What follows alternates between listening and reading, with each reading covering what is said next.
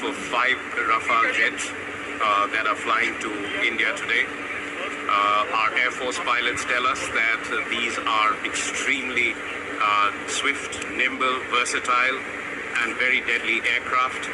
You might call them, they're both beauty and beast. They are superb flying machines being flown by the best pilots in the world.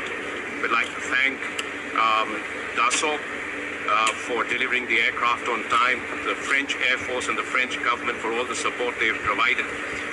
This is going to add a great deal of strength to our air power and defense preparedness, but it is also a powerful symbol of the strategic partnership between India and France.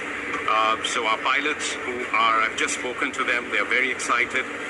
They are very proud to be flying these machines to India today. It's going to be a long flight, and it is a remarkable symbol of their professionalism, their endurance, and the skills that they have acquired during the training, that they'll be able to do this with mid-air refueling and just a single stop en route to India, which is actually quite a long distance.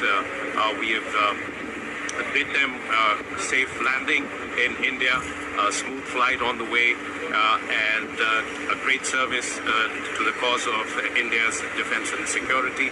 They'll play a very important role in that. So we look forward to seeing their induction in India.